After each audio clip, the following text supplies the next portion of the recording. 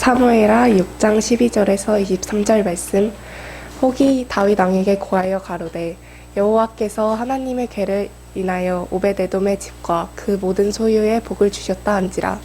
다윗이 가서 하나님의 궤를 기쁨으로 메고 오벳에돔의 집에서 다윗 성으로 올라갈새 여호와의 궤를 맨 사람들이 6걸음을 행하매 다윗이 소와 살찐 것으로 제사를 드리고 여호와 앞에서 힘을 다하여 춤을 추는데 때에 배 에봇을 입었더라. 다윗과 온 이스라엘 족속이 즐거이 부르며 나팔을 불고 여호와의 궤를 메어오니라. 여호와의 궤가 다윗 성으로 들어올 때에 사울의 딸 미갈이 창으로 내려다보다가 다윗 왕이 여호와 앞에서 뛰놀며 춤추는 것을 보고 심중에 저를 업신여기니라. 여호와의 궤를 메고 들어가서 다윗이 위하여 친 장막 가운데 그 예비한 자리에 두매 다윗이 번제와 화목제를 여호와 앞에 드리니라. 다윗이 번제와 화목제를 드리기를 마치고 만군의 여호와의 이름으로 백성에게 축복하고 모든 백성 곧 온 이스라엘 무리의 물론 남녀하고 떡 한 개와 고기 한 조각과 건포도떡 한 덩이씩 나눠주매 모든 백성이 각기 집으로 돌아가니라. 다윗이 자기의 가족에게 축복하러 돌아오매 사울의 딸 미갈이 나와서 다윗을 맞으며 가로되 이스라엘 왕이 오늘날 어떻게 영화로우신지 방탕한 자 염치 없이 자기의 몸을 드러내는 것처럼 오늘날 그 신복의 계집종의 눈앞에서 몸을 드러내셨도다. 다윗이 미갈에게 이르되 이는 여호와의 앞에서 한 것이라. 저가 내 아비와 온 집을 버리고 나를 택하사 나로 여호와의 백성 이스라엘의 주권자로 삼으셨으니 내가 여호와 앞에서 뛰놀리라. 내가 이보다 더 낮아져서 스스로를 천하게 보일지라도 네가 말한 바 계집종에게는 내가 높임을 받으리라 한지라. 그러므로 사울의 딸 미갈이 죽는 날까지 자식이 없으니라.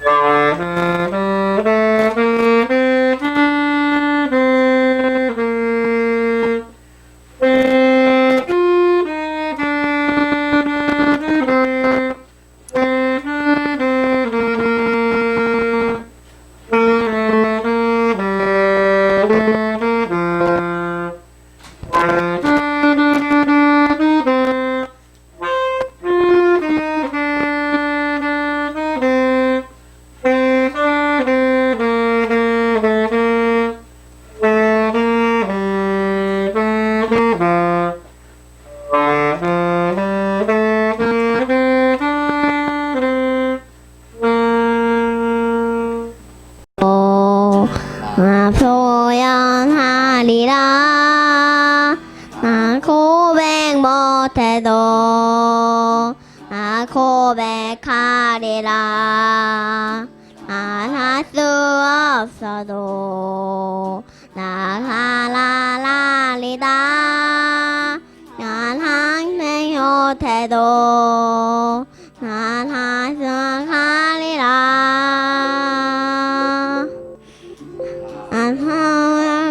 못해도 나 후련하리라. 나 후회 못해도 난 고백하리라. 난 할 수 없어도 나 고백하리라.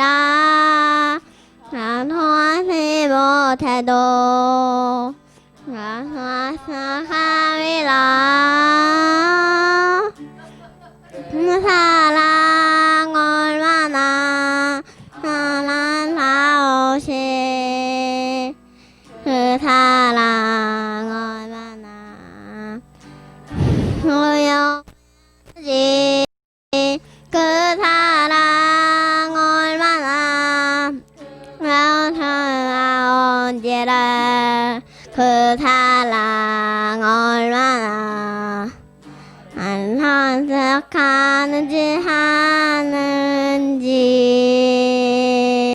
인생의 여정길을 걸어가다가 보면 어떤 때는 예상치 못한 일을 만나면서 인생의 불행을 겪기도 하고, 때로는 어떤 일들을 만나면서 또는 무슨 일을 하면서 행복해질 때도 있습니다. 한 사람의 인생 속에서 불행과 행복이 이어지기도 하지만, 또 사람과 사람의 사이에서 각기 다르게 어떤 사람은 행복한 삶을 누리기도 하지만, 어떤 사람은 때로는 불행한 사람을 선택하기도 합니다. 오늘 사무엘하 6장의 말씀은 인생에 있어서, 다윗에게 있어서는 그의 인생에 있어서 가장 행복했던 시기, 왕으로서 그가 그의 인생 속에서 그의 몸으로서 가장 그 행복을 표현했던 그런 시기라고 보여집니다. 그런데 또 한 사람, 그의 아내, 그런데 그의 다윗의 아내라고 표현하지 않고 사울의 딸 미갈이라 이렇게 표현을 합니다. 아니, 다윗의 아내 미갈 이렇게 쓰면 좋겠는데 성경 본문은 사울의 딸 미갈이라고 표현을 합니다. 사실 이 사건을 계기로 해서 미갈은 사울의 가문에 그 이후에 씨를 갖지를 못합니다. 후손을 갖지를 못합니다. 그의 인생에 있어서 자식을 낳지 못하는 그런 아픔, 그런 슬픔과 그런 불행을 그의 인생 속에서 맞이하게 됩니다. 그런데 이에 반해서 다윗은 하나님 앞에 하나님의 괴가 들어올 때에 뛰면서 춤을 추었다고 말합니다. 그가 기뻐하고 즐거워하며 백성들과 함께 나팔을 불면서 때로는 재금, 양금이라고 하는, 우리가 지난주에 살펴봤죠? 양금이라는 것, 재금이라는 건 심벌지라고 그랬죠? 또 수금이라는 것은 현악기, 하프라고 그랬죠?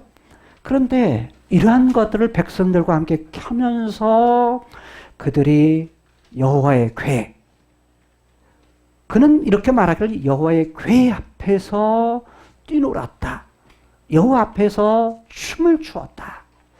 춤출 때 지금 다윗이 그의 직분이 뭐죠? 왕입니다. 온 이스라엘의 왕인 다윗이요, 그의 부하들 앞에서, 그의 군사들 앞에서 뿐만 아니라 여종들의 보는 앞에서 그가 춤을 추는데, 그냥 우리말에는 뛰놀며 춤춘다 이렇게 되어 있지만 히브리어는 이렇게 되어 있어요. 강조형으로 되어 있어요. 강조인데 능력. 자기 스스로 강하게 뛰놀았다. 뛰놀다는 얘기는 그냥 보통 뛴다는 얘기가 아니에요. 뭐냐면 깡총깡총 뛰는 거다. 팔짝팔짝 뛰는 겁니다. 팔짝팔짝 뛰면서 뭐예요? 춤을 추는 겁니다. 그 춤춘다라는 말이 뭐냐면 빙빙 돌면서 뭐 하는 거야? 춤을 춘다는 거예요. 빙빙 돌면서 춤을 추는데 이게 뭐냐면 그냥 보통 춤이 아니에요. 그냥 흥이 겨워서 자기 마음에 우러나와서 여호와의 궤 앞에서 춤췄다. 뛰면서 하나님 앞에 춤을 췄다. 라고 말합니다. 여러분 인생을 살면서 행복해 보신 적이 있어요?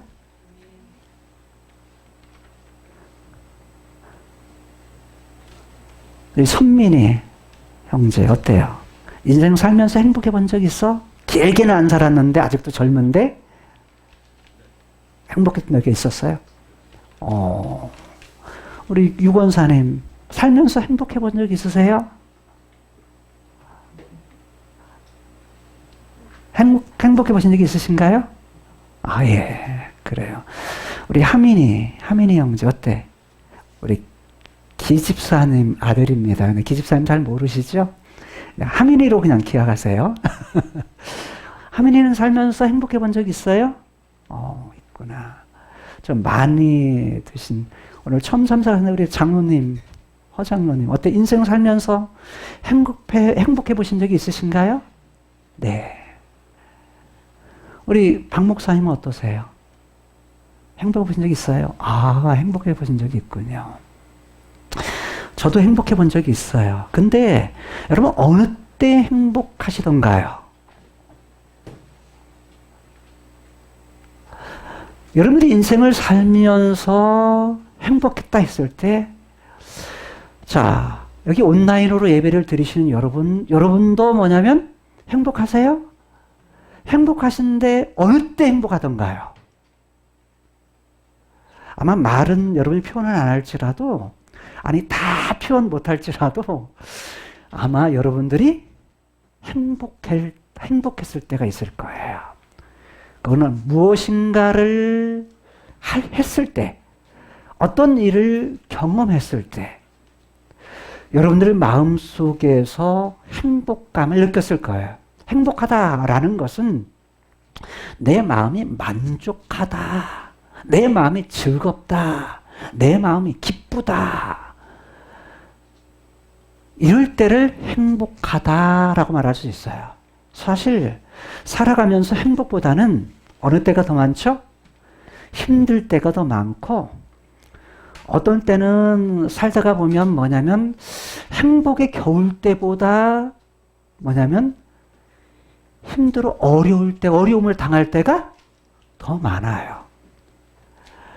왜 그러냐면 본래는 행복하도록 만들어졌는데 창세기 3장 이후에 죄가 들어오면서 인간의 삶에서 75% 정도는 행복보다는 불행이 더 많거든요. 그런데 우리뿐만 아니라 내 주변에 있는 다른 사람도 마찬가지야. 다른 사람은 다 행복해 보이는 것 같은데 왜 나만 이렇게 어려운 일이 있고 나만 이렇게 불행할까? 나만 이렇게 고통스러울까? 이렇게 생각하기 쉬워요. 그런데 그러지를 않다는 거예요. 자, 우리 인생 속에서 어느 때 행복할까? 오늘 사무엘하 6장 12절에서 23절까지를 보게 되면 다윗이 행복했을 때 어느 때 행복했느냐? 다 하고 나서 그는 이렇게 말을 해요. 내가 지금보다 더 낮아지고 지금보다 더 비천하게 된다 할지라도 어떻게 하겠다? 나는 여호와 앞에서 지금보다 더 지금보다 더 비천한 상태가 된다 할지라도 여호와 앞에서 춤을 추겠다 라고 말해요. 춤춘다는 얘기는 하나님을 높인다는 얘기요. 하나님을 찬송하고 찬양한다는 거예요. 그런데 남이 뭐라 한다 할지라도, 남이 나를 갖다가 우습게 본다 할지라도, 왜냐하면 다윗이 춤출 때요, 가장 문제를 제기한 사람은 누구냐면 그의 아내였어요. 그의 아내 미갈이 업신여겼다라고 말해요. 다윗이 춤추는 모습을 보고서 깡총깡총 뛰면서 빙빙 돌면서 춤을 출 때에 그것을 무시했던 사람이 누구냐면, 그걸 비난했던 사람이 누구냐면 아내였어요. 멀리 있는 다른 사람이 아니고 백성들이 그를 비난한 것이 아니라 가장 가까이에서 가장 그것을 격려해 줘야 될 아내가 남편을 뭐 한 거예요? 업신여기고 무시했어요. 근데 히브리어는요, 더 강해요. 그게 뭐냐면 경멸했다라고 표현할 수 있어요. 오히려 더 적합한 번역은 경멸했다. 아내가 남편을 뭐예요? 그 하는 행동을 보고서 뭐 한 거예요? 경멸했다. 인생을 살면서 보다 보면 부부 사이에도 싸울 때가 있죠. 행복할 때도 있지만 싸울 때가 있잖아요. 근데 싸울 때 맨 먼저 하는 일이 뭐냐면 되게 어디서 오냐면 말이에요. 말인데 그 말 속에서 어느 거냐면 상대방에 대한 비난. 여기서부터 싸움이 시작이 돼요. 상대방에 대한 업신여김. 그런데 이게 업신여긴다고 말 안 해요. 내가 언제 당신을 업신여겼어? 이렇게 말하지만 실상은 그 말투 안에는 뭐가 있어요? 무시하고 업신여기는 그것이 배어 있어서, 그러면 그 말을 들은 상대방은 뭐 하죠? 또 기분이 나쁘니까 또 자기를 방어하기 위해서 상대방을 또 비난해요. 이러면서 뭐냐면 싸웁니다. 그래서 말에 있어서 대단히 중요해요. 뭐만 끊으면요? 비난하는 것, 말에서 상대방을 비난하는 것만 안 해도 행복할 수 있어요. 그런데 미갈이 다윗을 경멸, 즉 비난하죠. 그런데 비난했을 때 다윗의 반응은 뭐냐면 당신이 잘못했어 이렇게 반응하지 않아요. 오히려 내가 하나님 앞에서 내가 이렇게 춤을 췄다. 그러니까 당신이 이해 못해도 나는 누구 앞에서? 하나님만 아시면 돼. 하나님만 인정해주면 돼. 하나님만 나를 알아주면 돼. 당신이 그래도 나는 상관없어. 라고 표현을 합니다. 그러면서 지금보다 더 낮아지고 비천하게 된다 할지라도 나는 그걸로 좋아. 라고 다윗은 고백하는 것입니다. 그리고 뭐냐면 그 비천하게 여기려고 하는 계집종들이 오히려 나를 뭐 할 거다? 높여줄 거다. 나를 존귀하게 여겨줄 거다. 당신은 그렇게 나를 그렇게 본다 할지라도 다른 사람은 나를 존귀하게 존경하게 될 거야. 다윗은 이렇게 말합니다. 여러분, 상처를 받는 것도 말이고요. 상처를 주는 것도 말이에요. 다른 사람을 행복해 하는 것도 말이고요. 그리고 다른 사람을 불행하게 만드는 것도 말이에요. 특히 가까운 사람에게 하는 말.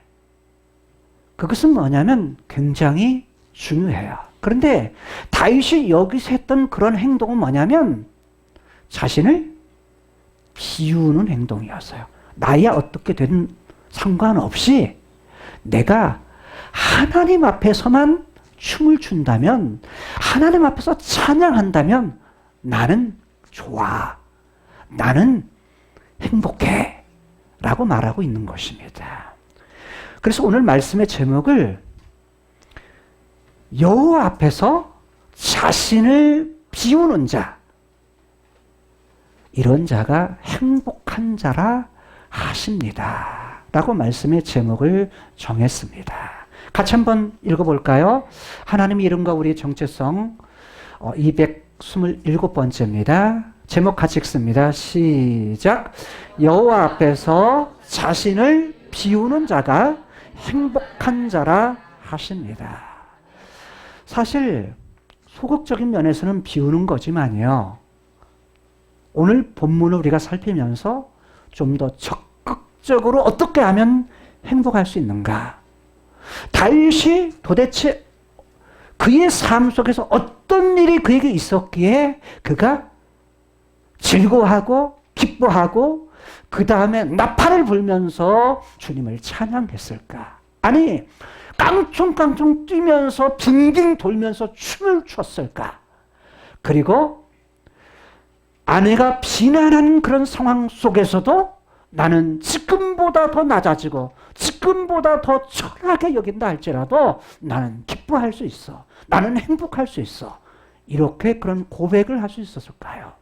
되게 우리는 다른 사람도 비난을 받으면, 괴로워받으면 말로 주고 싶지요. 그게 인간이잖아요. 타락한 인간에. 오히려 뭐냐면 적게 받은 거에 대해서 오히려 더 크게 돌려주고 싶은 것이 인간의 마음인데, 오히려 다윗은 그렇게 말하지 아니하고 그런 가운데에서도 뭐죠? 행복해하는 모습을 볼 수가 있어요. 자, 사람과 사람 사이의 관계도 중요하지만 사람과 사람 사이의 관계보다 더 중요한 것이 있어요. 이것이 오늘 본문 속에 나타난 다윗의 행동 속에서, 다윗의 마음 속에서 나타나고 있는 걸 볼 수 있어요. 그건 뭐냐면 하나님의 궤 또는 여호와의 궤라고 하는 것에 대한 태도 속에서 나타나요. 그리고 그가 행했던 그의 행동 속에서 나타나고 있는 것을 볼 수가 있습니다.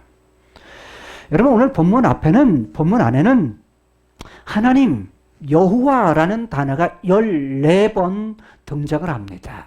또 그라는, 하나님에 대해서 그는 이라는 말을 한 번 씁니다. 그래서 15번이 등장을 합니다. 하나님에 대해서 하나님이라는 용어, 근데 그것은 하나님의 궤라는 용어로 2번 나오고요. 여호와의 궤라는 말로 4번 나옵니다. 그런데 본문 안에서 가장 많이 나오는 하나님에 대한 이름은요, 여호와 앞에서라는 용어입니다. 자, 궤라는 말이 무슨 뜻이라고 그랬죠? 궤. 현대로 말하면 박스, 상자예요, 상자. 상자인데 뭐냐면 여기 강대상만한 지금 상자라고 그랬어요. 이거보다 약간 큽니다. 약간 큰데 이게 뭐냐면 세로로서 2규빗 반, 2규빗 반이면 114cm, 가로는 1규빗 반, 1규빗이 45.6cm예요. 그러니까 2규빗이면 한 68cm, 68.6cm 정도 됩니다. 그러니까 높이도 뭐예요? 똑같아요. 68.6cm. 그러니까 그리 크지 않아요. 근데 이게 뭐냐면 나무는 시띠나무라고 하는, 시띠나무는 광야에서 사막에서 나는 나무예요. 우리나라 뭐가 비슷하냐면 아카시아와 비슷해요. 근데 아카시아와 비슷한데 우리 아카시아는 뭐가 있죠? 가시가 있잖아요. 근데 거기는 가시가 없어요. 근데 사막에서도 자라요. 다른 말로 하면 생명력이 강하고 끈질깁니다. 자, 물이 적은 상황에서도 그 뿌리를 뻗으면서 자기 생명력을 유지하는 시띠나무. 그런데 언약궤를 그 시띠나무로 만들어요. 그리고 시띠나무로 만들고 겉은 다 뭘로 싸냐면 금으로 쌉니다. 금으로 싸는데 이 언약궤, 하나님이 약속하신 궤라는 거예요. 근데 이것을 또 다른 말로는 법궤, 하나님의 법이 들어있는 상자라는 뜻이에요. 하나님의 말씀이 들어있는 상자. 그 하나님의 말씀이 뭐죠? 십계명입니다. 언약궤. 언약궤 안에 하나님이 약속하신 말씀을 넣어요. 자, 그리고 하나님이 행하셨던 기적들을 행했던 만나, 그 다음에 아론의 쌍난 지팡이, 이걸 넣는데 처음부터 넣은 것이 아니에요. 처음에는 궤 앞에 둡니다. 궤 앞에 두도록 했는데 이동하다가 보니까, 왜냐하면 이들이 광야에서 이동한 것이 뭐냐면 약 41곳 장소를 이동을 해요. 그리고 약 한 30곳의 지명을 이동을 합니다. 그러다가 보니까 이동할 때마다 불편해요, 안 불편해요? 불편합니다. 근데 어느 순간에 만나를 넣었던 항아리하고요, 그 다음에 아론의 쌍난 지팡이를 어디다 넣냐면 법궤 안에 넣습니다. 그래서 처음에는 앞에 두었는데, 곁에 두었는데, 이게 뭐냐면 나중에는 뭐예요? 어디 속에 들어가 있어요? 법궤 안에 들어가 있습니다. 자, 그런데 이 하나님의 법궤를 언약궤라 이렇게 말하기도 하지만 오늘 본문 안에는 두 가지로 더 쓰여요. 하나님의 궤. 하나님의 궤라는 것은 무슨 의미예요? 상자인데, 박스인데, 상자인데 누가 계신다? 하나님이 계신다는 거야. 어떤 하나님? 어떤 하나님? 만물을 창조하신 하나님, 이스라엘 백성들을 애굽에서 이끌어내신 하나님, 이끌어내셔서 그를 광야에서 인도하셨던 하나님, 인도하신 그 하나님이 어디로요? 이스라엘 백성들을 가나안 땅으로 들어가게 하셔서 그들과 함께 계시는, 즉 전능하신, 능력이 있으시고 강하신 하나님, 그분이 그들과 함께 계시는 것, 그것을 나타내 보여주는 것이 뭐냐면 하나님의 궤라. 특히 하나님의 궤에 어디 계셨다고요? 하나님의 궤의 뚜껑에는 두 천사가 서로 마주보고 있었는데, 그게 뭐냐면 시은소, 즉 하나님께서 은혜를 베푸시는 장소라는 거예요. 은혜를 베푸시는데 또 다른 말로는 시은좌라고 말해요. 시은좌라는 얘기는 하나님이 앉아 계셔서 은혜를 베푸시는 장소, 의자라는 뜻이에요. 근데 좌라는, 보좌라는 말은 누구에게 쓰죠? 왕에게 쓰는 말이에요. 근데 하나님이 누구라는 얘기예요? 왕이시다. 누구의? 이스라엘의, 온 이스라엘의 진짜 왕, 참 왕이 하나님이신데, 그 법궤 뚜껑인 시은좌에 임재하셔서 그들과 함께 계신다. 근데 그분이 어떤 분이시다? 능력이 크시고 모든 신들보다 힘이 있고 강하신 분이시다. 이것이 엘로힘, 하나님이라는 뜻이다 라고 말씀을 드렸어요.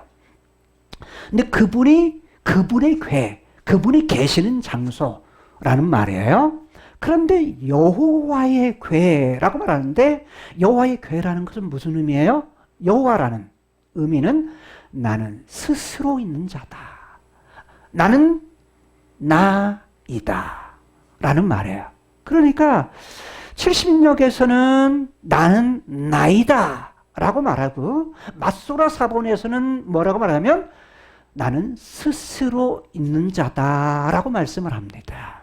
그러니까 나는 나이다 라고 했을 때 I am I예요. 무슨 말이냐면 나는 나인데, 야 뭐라고 말해? 모세가 그래요. 하나님, 제가 뭐라고 표현을 말씀을 할까요? 그렇게 했을 때 나는 나야 라고 말씀합니다. 나는 너희들이 조상 아브라함, 이삭, 야곱과 있을 때도 나는 나였고, 과거에도 나였고, 지금 네 모세 네 앞에도 나이고, 아브라함과 이삭과 야곱에게 약속한 대로 그 약속을 이룰 때에도 그때 미래에도 장차도 나일 것이야. 그게 나는 나이다 라는 말이에요. 그 의미예요. 그러면 여호와의 궤다라는 말은 과거에도 하나님 나이신 분이 지금도 나이고 장차도 나일 것인데, 나인 그분이 지금 어디에 계신다? 이 궤에, 여호와의 궤에 너희들과 함께 있다라는 그런 의미예요. 다른 말로 표현하면 지난주에 우리가 살펴본 대로 언약궤의 본질이 뭐라고요? 하나님이 함께 계신다는 거예요. 하나님이 함께 계신다. 즉 뭐예요? 법궤라고 하는 상자. 그런데 그 법궤 안에 하나님이 계시지 않으면 법궤가 될 수 있어요? 없어요? 법궤가 법궤일 수 없어요. 다른 말로 하면 법궤는 성막의 안에 성막들이 있고, 그 다음에 성소가 있고 지성소가 있어요. 지성소가 있는데 지극히 거룩한 장소라는 거야. 왜 지극히 거룩한 장소예요? 하나님이 거기 계시기 때문이에요. 성막이 하나님이 계시지 않으면요, 성막일 수가 없어요. 다른 말 그냥 천막일 뿐이에요. 성이라는 것은 거룩하다는 거예요. 거룩한 천막이라는 뜻이에요. 왜 거룩해요? 하나님이 거기 계시기 때문이에요. 여러분, 솔로몬 때에 다윗이 지으려고 했지만 다윗이 하나님의 집을, 우리가 다음 시간에 살펴볼 건데 7장이 이제 그거죠. 다윗이 뭐냐면 하나님이 계신 집을 짓고 싶어 해요. 근데 하나님이 안 된다, 너는. 네 아들 때 해야겠다라고 말씀하죠. 왜요? 너는 피를 너무 많이 봤어. 너는 전쟁을 통해서 피를 너무 많이 봤기 때문에 너는 안 돼. 그렇게 하시죠. 그래서 아들이 지을 수 있는 하나님의 집을, 성전을 짓기 위해서 온갖 준비를 하죠. 근데 이제 천막으로 이동을 했던 그 성막이요, 하나님이 계신 장소가 어디로요? 이제는 건물을 지어요. 돌로서 건물을 지어서 그것을 성전이라, 거룩한 집이라 라고 표현을 해요. 거룩한 집이라고 말하는데, 성전이 성전일 수 있는, 성전이 거룩한 장소가 될 수 있는 이유가 뭐예요? 그 이유는 뭐죠? 하나님이 함께 계심이에요.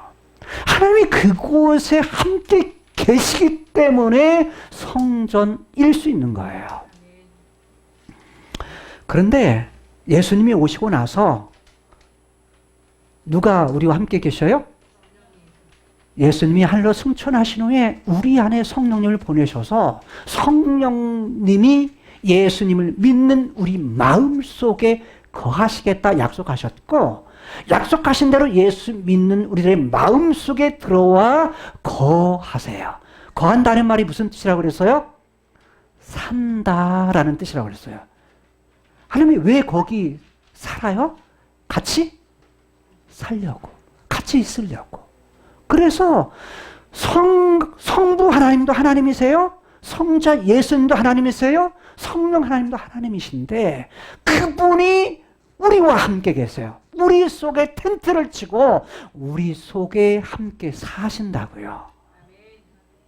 그래서 과거에는 법궤 속에 거하셨던 하나님께서 지금은 어디 속에요? 내 안에, 우리 속에 우리와 함께 거하신다고요. 과거에는 틀로서 하나의 모형, 그림자로서 그분이 거기에 거하셨다면 지금은 실제로 우리 속에 함께 계신다라는 거예요. 그래서 우리가 뭐라고요? 우리가 법궤다. 다른 말로 하면 하나님이 거하시는 장소요, 우리가 움직이는 뭐다? 하나님의 전이다. 성령 하나님이 거하시는 전이기에 우리가 가는 장소마다 뭐가 일어나야 돼요? 거룩이 일어나야 돼요. 왜냐하면 거룩한 장소, 하나님이 계시는 장소이기 때문에 우리가 하는 행동, 우리가 하는 말, 우리가 하는 생각, 우리가 가는 사람들마다 무엇이 드러나야 돼요? 하나님의 하나님 되심이 드러나야 돼요. 누가 뭐라고 안 해도 이렇게 살아야 됩니까? 이거 안 해도요, 우리 자신이 하나님 앞에 그런 존재로 우리가 있다고 한다면 이미 우리는 움직이는 성전이요. 우리가 가는 곳마다 어떤 장소? 하나님의 움직이는 성전. 그것이 뭐다? 우리라는 사실이에요. 왜요? 우리 안에 하나님이 함께 계시기 때문이에요. 여러분, 저희 교회는 모임이 적죠. 주일날 한 번밖에 모이지 않잖아요. 코로나 때문에 지금 다 모든 많은 교회들이 주일 밖에는 모이질 않아요. 근데 이 건물인 예배당이 하나님이 전인가요? 그렇지 않아요. 과거에는 성전이 건물이었어요. 그런데 지금은요, 예수님이 오신 후에 인격체로 오시고 무엇이요? 우리 몸이 성전이라고 말을 해요. 왜? 우리 안에 하나님이 계시기 때문에요. 그러니까 실제로 공동체로 함께 예배를 드리는 것도 중요해요. 근데 더 중요한 것이 있어요. 그게 뭐냐면 여러분의 삶 속에서 하나님이 함께 하시고 그 하나님 앞에서 사는 거예요. 왜? 하나님과 함께 사는 여러분이 성전이기 때문이에요. 그런데 우리는 뭔 중요하게 생각해요? 예배와 함께 모여서 예배 드리는 건 중요하게 생각해요. 근데 여러분의 삶 속에서 살아가는 삶의 예배라든지 하나님과 함께하는 삶은 별로 소중하게 여기질 않아요. 자기 생각대로 살고요. 그 다음에 자기 그냥 세상적인 어떤 질서, 법칙을 가지고 살아요. 그러다가 뭐냐면 주일만 되면 성경 끼고 예배당에 와요. 근데 과거에는 건물에 가서 그렇게 했지만 지금의 시기에는 예수님이 오신 후에는 우리가 어떻게 살아야 돼요? 여러분의 삶 속에서 하나님이 계신 그런 삶을 사셔야 돼요. 왜? 그것이 하나님 앞에서의 삶이라 이렇게 말할 수 있어요. 다윗은 이렇게 말하거든요. 여호와의 법궤 앞에서 사는데 여호와의 법궤 앞에서 춤을 추죠. 뛰놀며 춤을 추는데 그는 뭐라고 표현하냐면 여호와 앞에서 라고 말을 해요. 법궤 앞에 있는데 그는 표현하기를 내가 여호와 앞에서 모형으로 하나님의 법궤 앞에 하나님이 임재하셔 계시지만 그는 어떤 걸 가지고 있느냐 하면 눈에 보이는 법궤가 있지만 실제로 거기 계시는 분은 누구시다? 여호와시다. 하나님이시다. 라는 거예요. 여러분의 삶 속에서 살아가는 삶 속에서 누구 앞에서 삶을 살아야 돼요? 여호와 앞에서. 칼빈은 이런 표현을 썼죠. 코람데오. 하나님 앞에서. 사실 하나님 앞에서 산다는 것이요. 하나님에 대한 인식을 갖지 못하면 그렇게 못 살아요. 왜? 우리는 타락한 후에요. 뭐가 더 많다고요?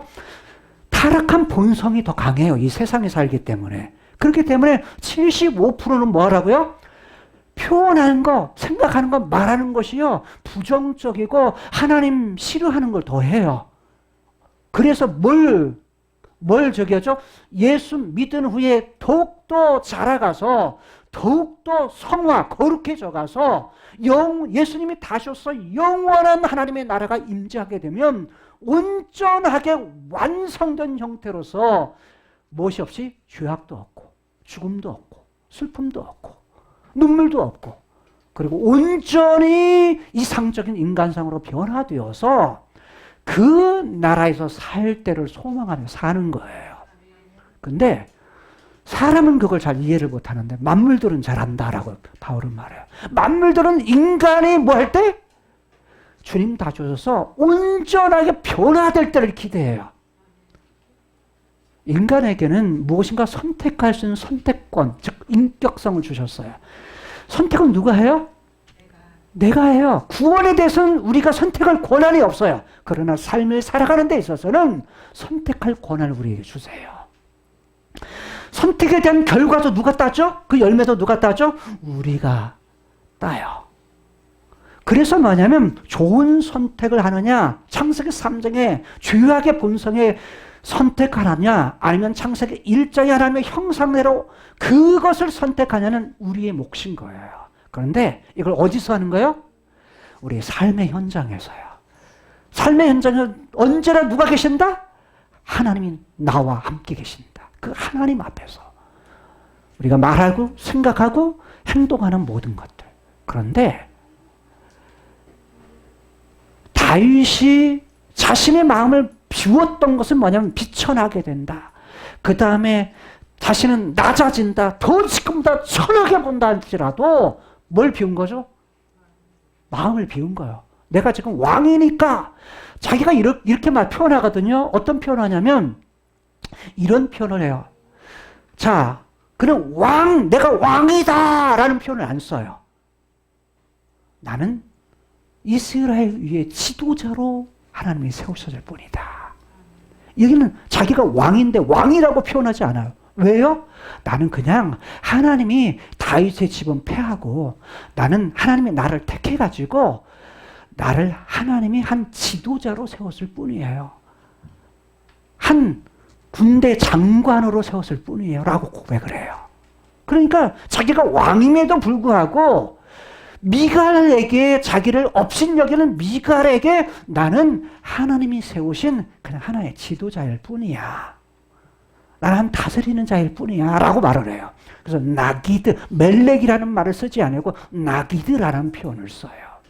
그러니까 자기야 지금 왕이지만 내 위에 누가 계신다? 진짜 왕이 계신다. 하나님이 계신다. 그래서 자기는 낮아져도 지금보다 더 낮아져도 상관없어.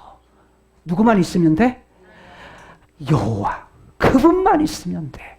다른 말로 말하면 그가 행복할 수 있었던 건 뭐냐면 자기를 비우는 것이기도 하지만 실제 그가 행복해졌던 건 뭐냐면 하나님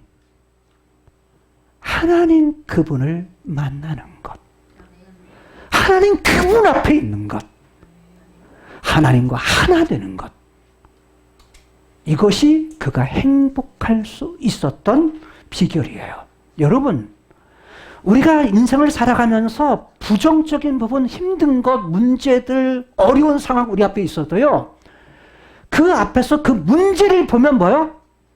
힘들고 고민하고 갈등하고 이런 일들이 있지만 그 가운데 누구를 바라보면 여호와 앞에서 하나님을 바라보게 된다면 하나님 그분을 전적으로 신뢰하게 된다면 그분이 나의 여호와, 과거에도 함께 하신 그분이 지금도 함께 계시고 장차 새하늘과 새 땅이 이르기까지 영원한 나라 이르기까지 하나님께서 함께 하신다면 지금의 문제는 문제가 아니라는 거예요. 하나님의 교회, 하나님 교회의 본질인 하나님이 함께 하신다면 나머지는 아무것도 아니라는 거예요. 이게 다윗의 고백인 거예요. 그래서 소극적인 면은 자기를 비우는 것이지만 하나님의 만남을 통해서 적극적인 것은 하나님 그분 앞에서, 여호와 앞에서 그분만 있다고 한다면 나는 상관없어. 라고는 고백. 이 고백이 저와 여러분들의 고백이 되었으면 좋겠습니다. 여러분, 어려운 때를 저희 살아갑니다. 주변의 환경, 여건들이 너무너무 어려운 때죠.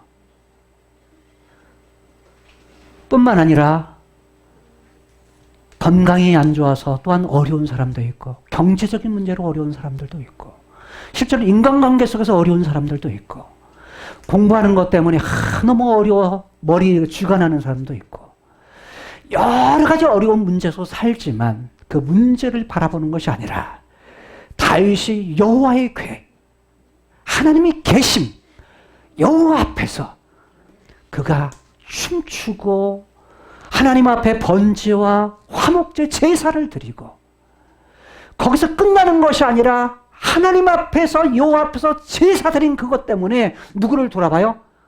백성들을 축복합니다. 누구의 이름으로? 만군의 여호와의 이름으로 백성들을 축복하고 있는 것들을 나눠줘요. 떡을 나눠주고 고기 나눠주고 그 다음에 건포도주로 만든 떡을 갖다가 나눕니다. 다윗이요. 코로나 상황 우리나라에서 어려우니까 뭐 줬죠? 재난지원금 줬잖아요. 재난지원금. 근데 다윗이 먼저 했더라고요. 어려운 사람들에게 뭘 줬어요? 먹을 걸 다 줬어요. 온 백성에게 다 줬다고 그래요. 온 백성에게 뭐 줬다? 나눠줬다. 라고 말을 해요. 근데 거기서 끝나지 않아요. 다윗은 자기의 가족들에게 또 축복해요. 그래서 자기 집으로 돌아가죠. 백성들 돌아갔을 때 자기도 돌아갑니다. 여러분, 그래서 성경은 뭐냐면 가장 먼저 다윗이 했던 것은 뭐냐면 하나님을 향한 거야. 여호와 앞에서 춤도 춰요. 여호와 앞에서 제사도 드려요. 근데 그리고서 그가 뭐라고 말하냐면 나는 어떻게 되든지 상관없어 라고 하면서 자기 자신을 다 비워요. 내려놓습니다. 뿐만 아니라 거기서 끝나는 것이 아니라 다른 사람을 챙겨요. 백성들을 챙깁니다. 주변 사람을 챙깁니다. 이게 뭐냐면 그 다음에 또 누구를 챙겨요? 가족을 챙깁니다. 이것이 하나님 앞에서 살았던, 여호와 앞에서 살았던 다윗의 삶의 모습이었습니다. 오늘 과거에도 함께 계시고 지금도 함께 계시고 장차 함께 하실 여호와 앞에서 자신을 비울 뿐만 아니라 그 하나님 신뢰하고 그 하나님께 모든 걸 맡기고 행복한 삶을 살아갈 수 있는 저와 여러분들이 삶이 될 수 있기를 주님의 이름으로 축복합니다. 기도하시겠습니다. 태초에 하나님이 천지를 창조하시니라. 하나님은 영원부터 영원까지 계시며 하나님은 하나님이십니다. 하나님을 찬양하며 예배드리며 동행할 수 있는 특권을 주신 하나님을 경배합니다. 우리를 창조하신 하나님께서 우리보다 우리를 더 잘 아시기에 모든 것이 주의 손바닥 안에 있음을 고백합니다.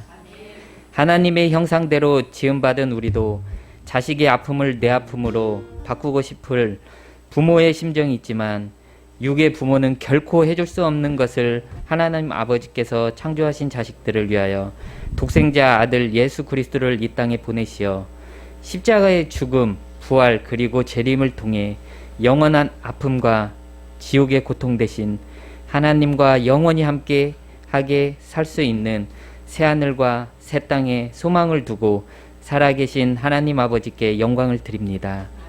감사합니다. 그 은혜와 사랑에 감사드리며 저희의 모든 것을 드리니 기뻐 받아 주시옵소서. 모든 것이 주님의 은혜입니다. 어리석은 우리들을 긍휼히 여겨 주시옵소서. 한 주간도 동행하는 예수님을 성령 하나님을 찬양합니다. 감사드리며 예수님의 이름으로 기도드립니다. 아멘.